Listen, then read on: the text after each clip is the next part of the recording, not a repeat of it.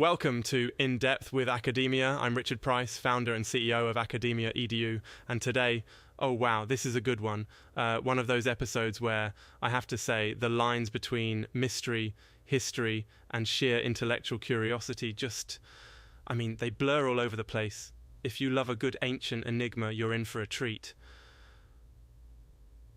We're digging into Jake Weaver's recent paper, a bold deep dive called A New Gematria Analysis of the Sator Square. So, Sator Square, Gematria, weird math, and Rome. Where do we even start? Okay, so first things first, the Sator Square. You've probably seen it in textbooks or on a random internet page at 2 a.m. It looks like a simple word square, right? 5 lines, 5 letters each, reading the same in almost every direction. Sator arepo tenet, opera rotas. You can flip, reverse, rotate, whatever. And it does its palindromic thing. Seriously, that alone would be cool. But for centuries, people have wondered, what is it, a charm, a game, a secret code? It shows up in Pompeii, so before 79 AD, on walls and columns, scratched as graffiti, found all across the Roman Empire. Nobody's totally cracked it. Not after, almost 2,000 years? You can see why it's so sticky. Is that the word? Mysterious. Super sticky to historians and puzzle nerds. Now, the cool paper we're talking about is by Jake Weaver, shout out Jake, who approaches the square in a way that's both creative and, I'll just say, genuinely brave. Let me be clear, I'm presenting these findings neutrally, not endorsing Jake's claims as definite truth, but, well, as an open invitation to think. That's how academia works. Research is an exploration, not a set of final answers. So, what's the big question here? Weaver's paper asks, what hidden layers, specifically using the system of Hebrew, gematria, might exist inside this famously baffling 5/5 grid? And before you say, hold on, is that a stretch? Let me remind you, Pompeii around the 1st century did have a documented Jewish community with people playing around with both Greek and Hebrew number codes. So, not out of left field at all. Jake's method is pretty straight up. He takes each letter of the Sator square, matches it as closely as possible to an equivalent sound or letter in Hebrew, and then adds up the traditional number value. That's gematria in a nutshell. Letters are numbers, and numbers are meanings. Some choices are rock solid, like S going to Shin at 300. Some get creative, like O sometimes turning into Ayin, 70, sometimes Vav, 6. There's wiggle room, sure. The rules in gematria aren't always rigid, especially with vowels. It's kind of its own mystical interpretative art. So row by row, Weaver adds, Sator comes out as 971, arepo 357, tenet 920. I think there's some variance here if you shift a vowel. Opera 421 and rotas 907. Grand total 3576, but here's the wild twist.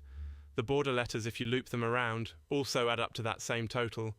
And if you pair opposite letters, bam, 6000, which, if you're into biblical numerology, is a sort of big round cosmic number. But let's not get sucked too deep into numerology just yet. What does it all mean? That's where Jake's analysis gets spicy. He points out that using extended Kabbalistic counting, and I mean with vowel expansion and all that, 3,576 matches the value for Yeshua HaMashiach, Jesus the Messiah, lines up with Bereshit bara Elohim. In the beginning, God created. And even the Shema, the central Jewish prayer, it's as if hidden inside a Roman Latin palindrome, you have these big overlapping religious motifs from monotheism, messianism, and cosmic creation, potentially. Potentially. Not as proof, but as an interpretive point to explore. The author is super clear. These matches are echoes to notice, not smoking guns. Why should you care? Well, maybe you're a classicist, or maybe you just love ancient mysteries. In either case, this approach matters because it's a prime example of how one artifact can become honestly a sort of microscope for every culture who finds it. The Sator Square is like a Rorschach test.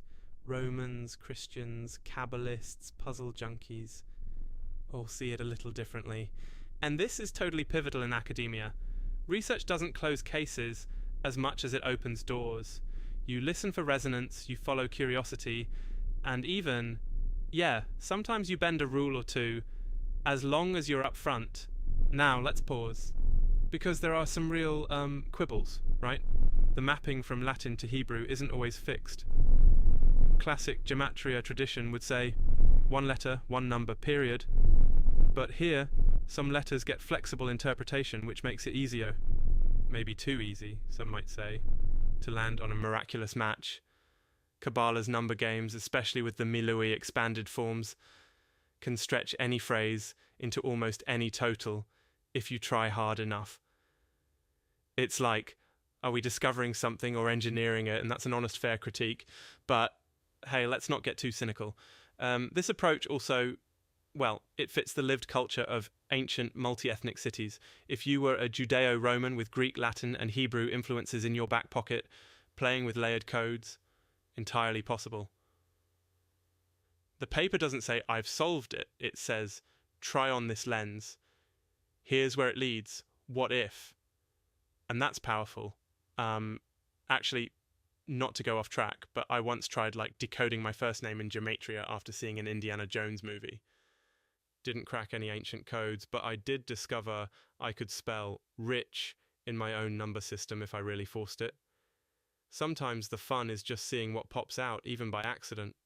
Anyway, so wrapping it up, Jake Weaver's Gematria deep dive into the Sator square is, at minimum, genuinely fresh.